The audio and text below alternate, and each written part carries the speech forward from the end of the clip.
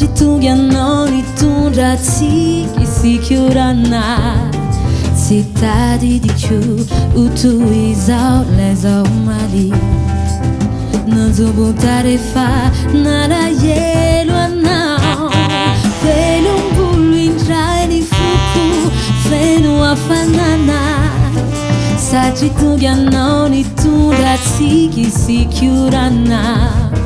tsy nampodiko uto izao laizany taly falifaly ao fa eo ianao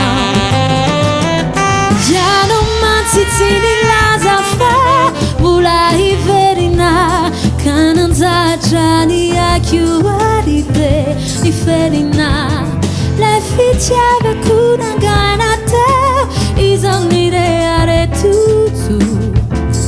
asambarandehibe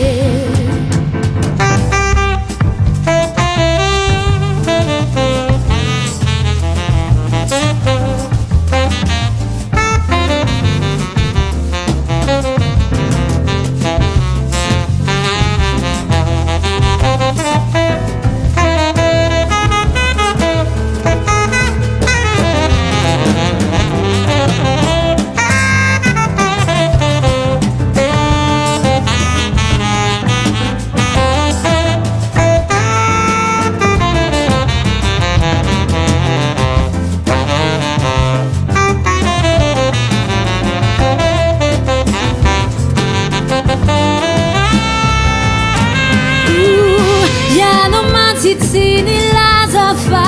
mbola hiverina ka nanjatra ny akioary de niferina